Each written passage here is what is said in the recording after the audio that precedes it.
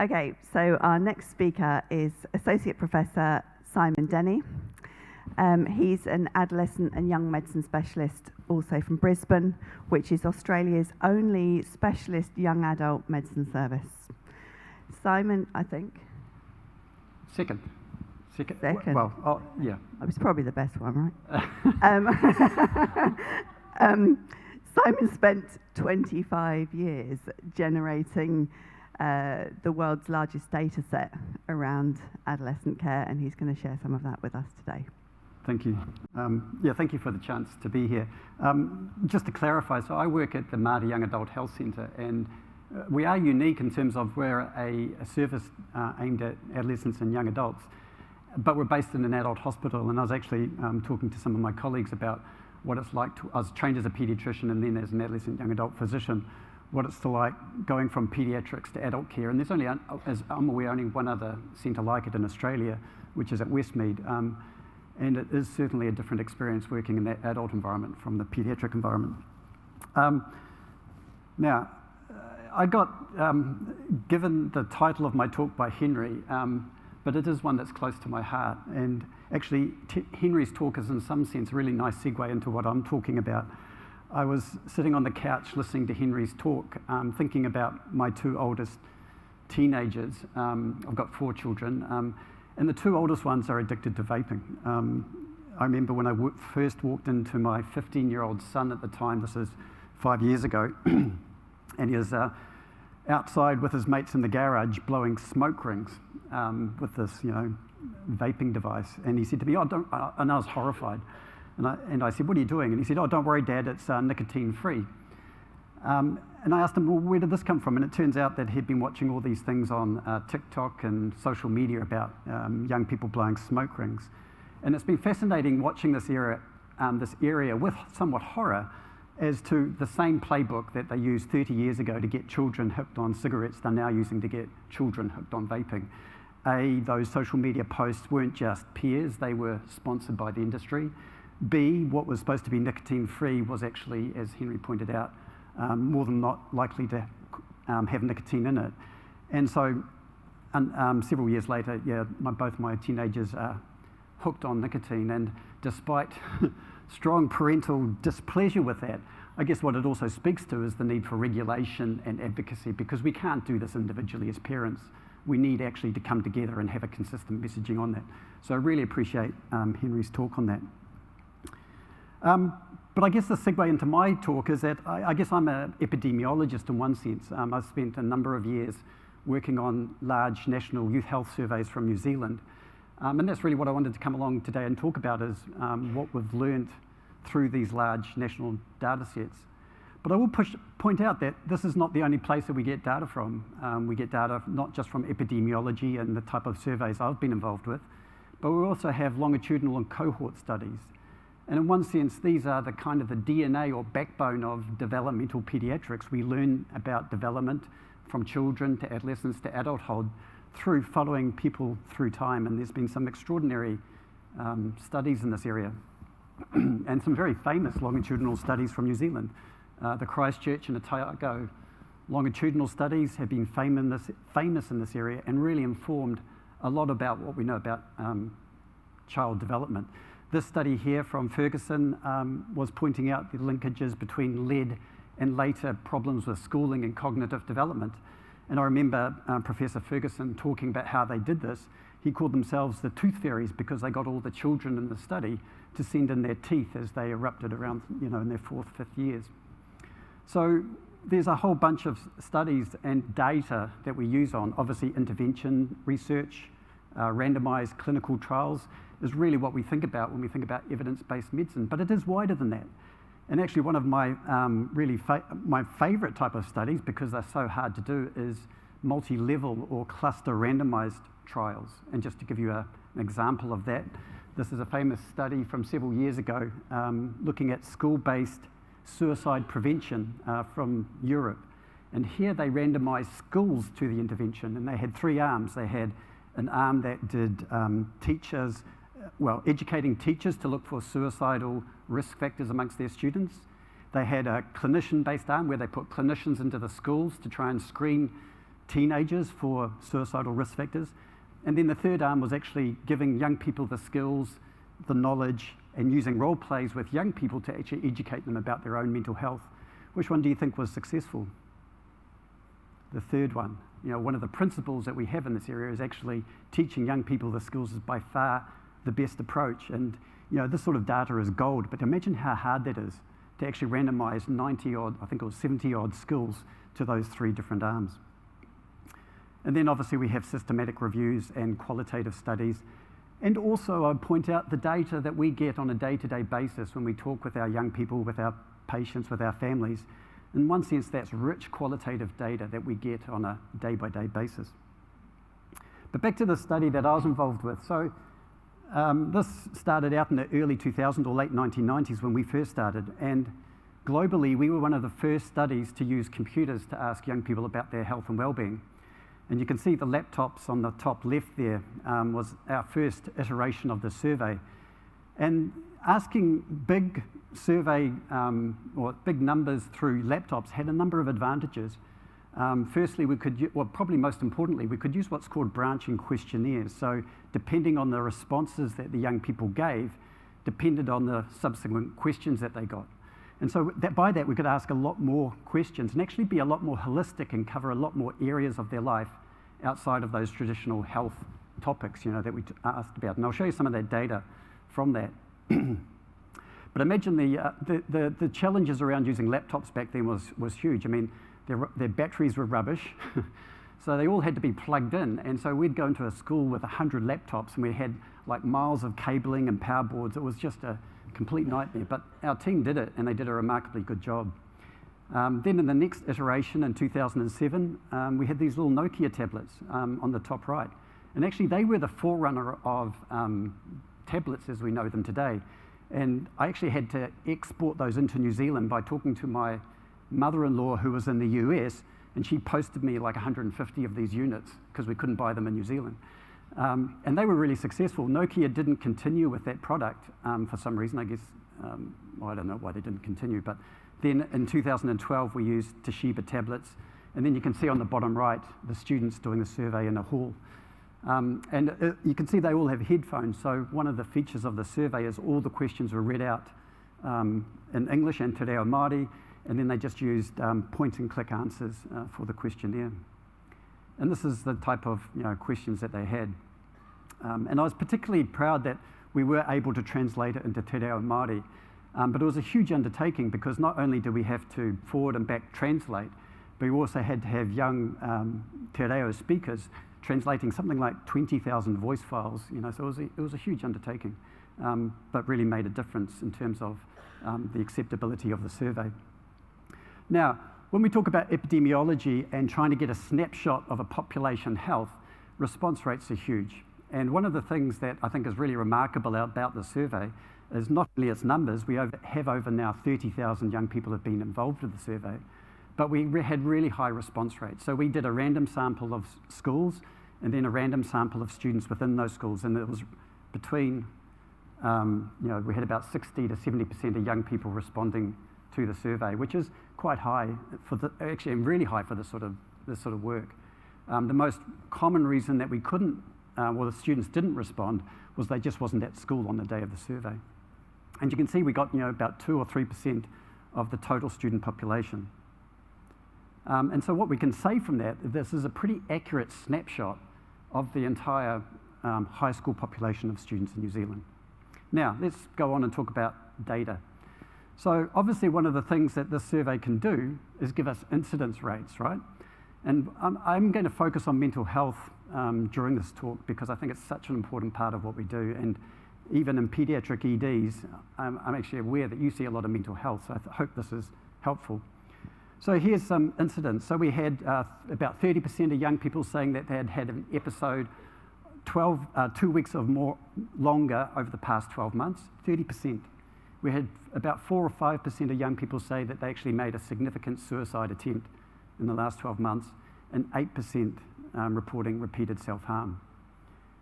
Now, those stats in themselves paint a picture, and what this says is that this stuff is common, and we can't rely on our specialist mental health services to deal with sort of common rates of mental health concerns. They're just swamped already. And what we take away from this is that mental health has to be everybody's business. No matter where you are in the health system and outside of the health system, we all need to be able to deal with mental health and address it.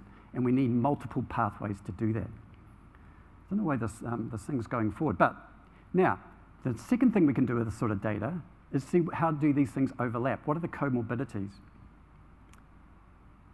And you can see here, that's what it looks like. So a lot of actually suicide attempts and self-harm does overlap, but they're also distinct. But probably more importantly is that low mood that's driving both the self-harm and the suicide attempts.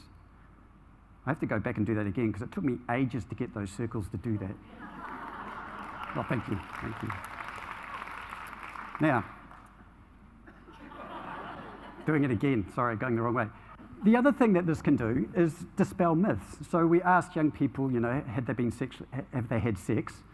And you can see here the numbers that reported ever had sexual intercourse and the ones that were currently sexually active. And what I'd point out here is that even in our oldest age group, which was the 17 years and over, it was less than 50%, just under 50% who had ever had sex. Now this dispels some of the myths that we have and young people have around the prevalence of this. A lot of young people and teachers and parents and educators actually overestimate some of these rates. So by having accurate information around this is really important. And people have used this for things like alcohol use as well, where young people often overestimate how much their peers are drinking. So accurate information is really helpful when we're talking about these sorts of behaviours amongst young people. Thinking again about how these things cluster together, what I've picked out here is sort of kind of important youth health issues that we were asked about in the survey. Things like alcohol, smoking, violence, sex, risky motor vehicle use, and mental health stuff. And the question here is, well, these are the rates that these things are individuals, but how do these things group together? So we did what's called a cluster analysis or a latent class analysis, and we found 4 groups of young people. We found a healthy group, a distressed group, a risky group, and a mixed group. And so the healthy group had low rates of all those things. The distressed group had high rates of self-harm and mental health. The risky group had high rates of smoking and risky motor vehicle use and that sort of thing. And then probably the most concerning group was the ones that had both, the mixed group. And those are probably the ones that are presenting to emergency department of risk behaviours, but also have concurrent mental health concerns. And I don't think we're doing a very good job at the moment of picking up, especially that risky group, because they're by and far the most concerning group of all of this. But again, getting back to the epidemiology around this, one of the useful things that we can do with this is then put percentages around those 4 groups. And one of the things I love doing when I present this slide is asking, what percentage of young people do you think is healthy? And it's already flicked through to tell you. 80%, and that often surprises people because we get this narrative that young people are struggling, that they're distressed, that they're going through all this strains and struggles, but actually it's important to remember, especially as health professionals, because we see obviously the ones who are struggling, that by and large most young people are doing fine. They're going through the teenage years without significant mental health or risky behaviours or substance use, and that's normative. That's actually the normal route through the teenage years. But as health professionals, we need to think about that 20% that are struggling, and especially that group with risky behaviours. Now, what I want to show you now is, I guess, something that talks what is both close to mine, Penny's, and Henry's hearts, is what we call a strengths-based approach. And I want to use the data that we had from these youth health surveys to demonstrate that.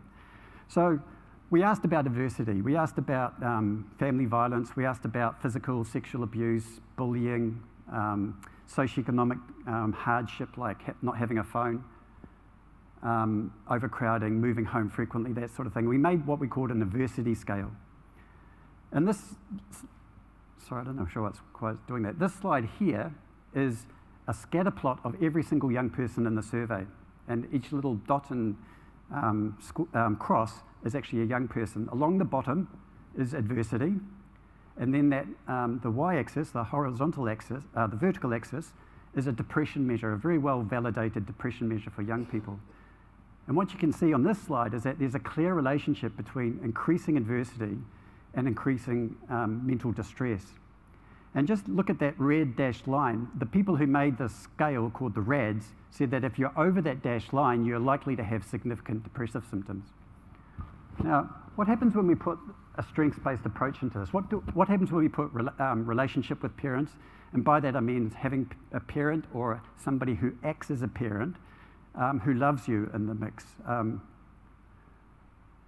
Connection to family, school connection, and we made what we called a resiliency scale. And we then grouped the students into low, medium, medium high, and high. Now look what happens to the relationship. So these are the students who have low connection to their family, their parents or school, medium connection, medium high, and high. What happens to all those dots? I'll do it again. So low connection, medium connection, medium high, and high. Especially in this one, you can see there's very few students now who are above that red dashed line. And this is the power of strengths-based approach, or acknowledging that actually it's those connections to your family, to your parents, and to school which really make the difference. Because when I look back at this list of things, you know, as a clinician, when I'm saying a young person who may have made a self-harming attempt over the weekend, unfortunately, too often there's lots of this stuff going on. But I can't do much about that. I can't change history. I can't change the fact that they have been abused in the past. I can't do much about poverty, unfortunately, as much as I'd like to. And certainly we can use a trauma-informed model, but we can't change what's happened to them. But when I start looking at this list, this is stuff that I can work with. And this is why a strengths-based approach works. It allows us to work with a young person and strengthen those connections in their family, their community, and to their wider family and so forth. And this is, again, why we really emphasize having the strengths-based approach in terms of how we work with young people. So I guess the message here is that connection trumps adversity. And it's a really important message for all of us when we're working with young people. Now, in the last minute that I've got left, one of the fascinating things about the survey is, because we've done it from 2000 right now through to 2017, is that we've got trends over time. And we've seen some fascinating trends. Firstly, we have seen an increase in depressive symptoms over the 4 waves of the survey, and a marked increase in the most recent wave.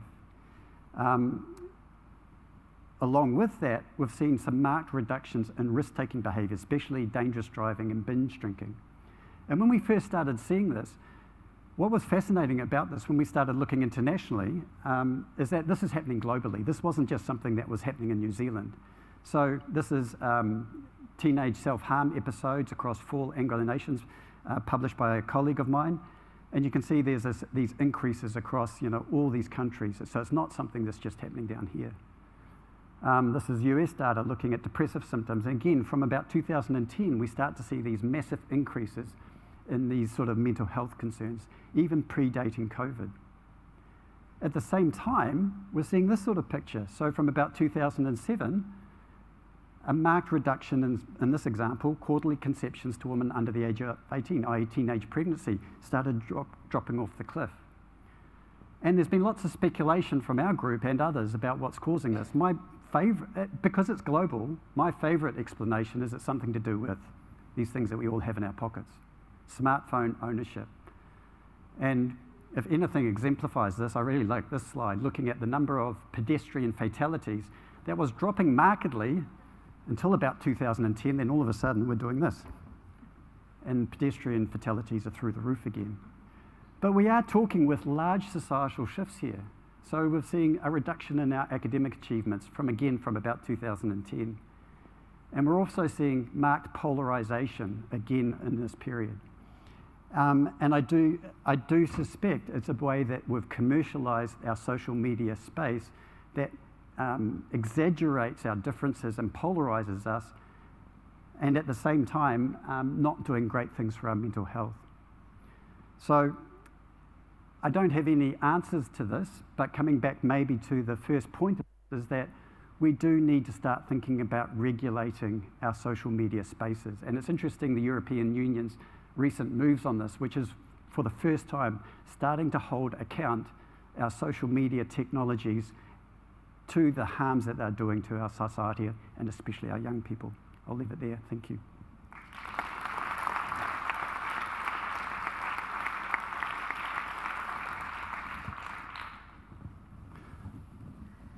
Thank you very much.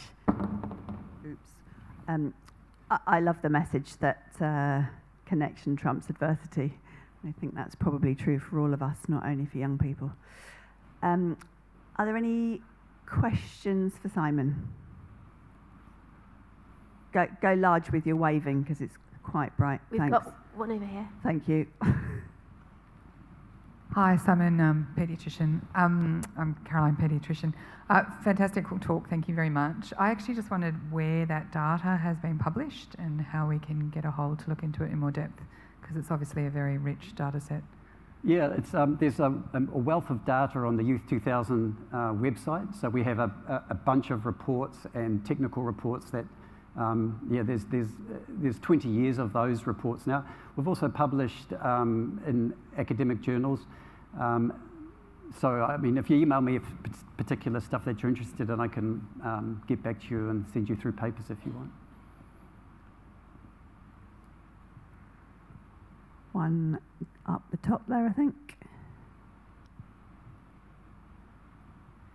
Thank you. I'm just wondering if you think that the parent connection is related to the level of adversity, because it also seemed that the higher connection with parents, the adversity plot also shifted to the lower end, and whether you think that's actually related. Yeah, that's a good question. And there is probably something to that chaotic families, these things do cluster. And so you're right, the dots did shift to the left. Another way of talking about that is the idea does, in the face of adversity, is connection more important? And it's a technicality, but we didn't find that. Those white lines, if you remember, on the graphs were actually parallel, suggesting that connection is important no matter what your level of adversity is. But you're absolutely right. I guess there was a shifting to the left of those dots, which would suggest that these things are clustering in terms of chaotic families. We have a question here. Hello, thank you both of you for a great talk.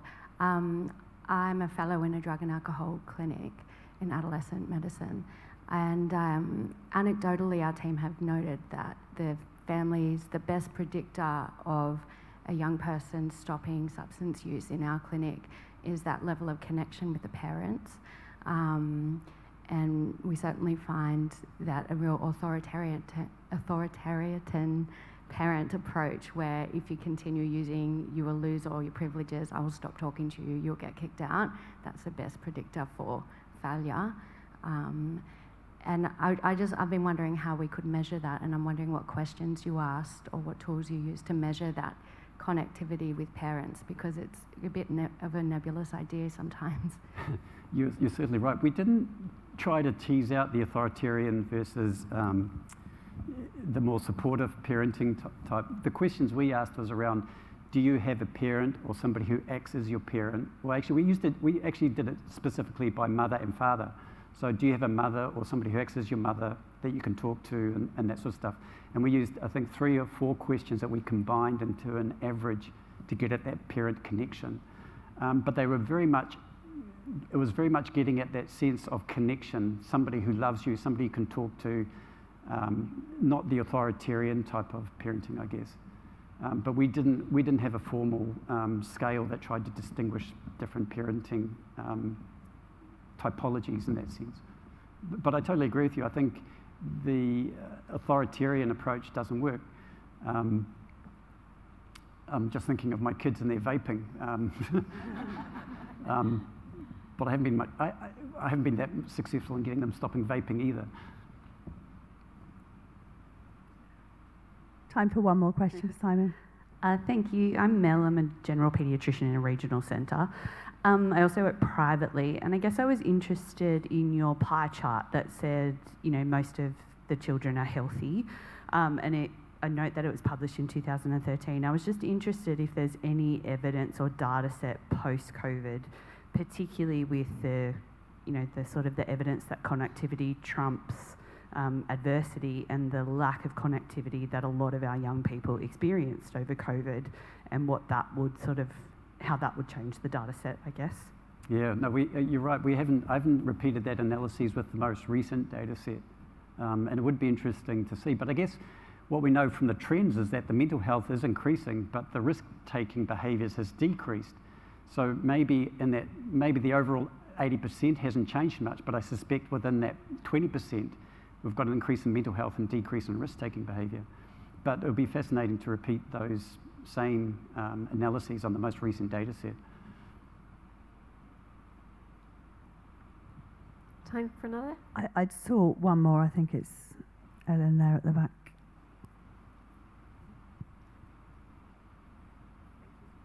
Thank you. I just had a question about neuroatypia and where that fits in, as I consider that an adversity sadly too closely in my family, but also in my general practice. I see a lot of kids starting to stumble and fall at school and then head down the substance abuse pathway, and almost universally they have ADHD, autism spectrum, one of those diagnoses. Is that an adversity? Is that where that would be included in your data? Yeah, it's a really good question. We didn't, in our youth survey, have a good way of measuring neurodiversity. I've just been reading Neurotribes, which is, I know it's an old book now, but what I guess I was struck by is how the medical profession has viewed specifically ASD over the last 40 or 50 years from a very deficit-based approach, trying to fix these kids, and in some instances horrific ways of trying to fix these kids through firstly a wave of parental advocacy, and then more recently actually people with lived experiencing advocacy saying we don't need fixing, and coming from much more of a strengths-based approach around that. That doesn't deny that there's a significant adversity living in today's world being neurodiverse, and I think we all are seeing that as clinicians. And I was talking to one of my colleagues about, in our emotional health unit at the Mater, which has just been open over the last 3 or 4 years, there's been a huge shift from diagnosing young people with major depressive disorders to ASD or ADHD. And actually that's a much more useful way of conceptualizing these kids' troubles, because we can actually put a lot more supports around that, and rather than just throwing fluoxetine at them. So I think there's been some real gains in actually recognising and treating neurodiversity rather than seeing it as purely as a mental health condition. Yeah. Henry's just going to add to that. Ty, can you pop Henry's mic on? I think also, I mentioned in the talk about having identity exploration without overcommitment. And here in healthcare, we have one of the best tools for overcommitting young people to something, and that's a medical record. Because as soon as we give that diagnosis about ADHD or autism, in some cases it stops them thinking about the way in which they interact with the world. And so it changes the way they see themselves, and it changes the way the world sees them. And so I'm not disputing that neurodiversity is definitely a thing, but our threshold for the functional impairment associated with that neurodiversity needs to be really carefully considered. Thank you. Let's say another big thank you to Simon.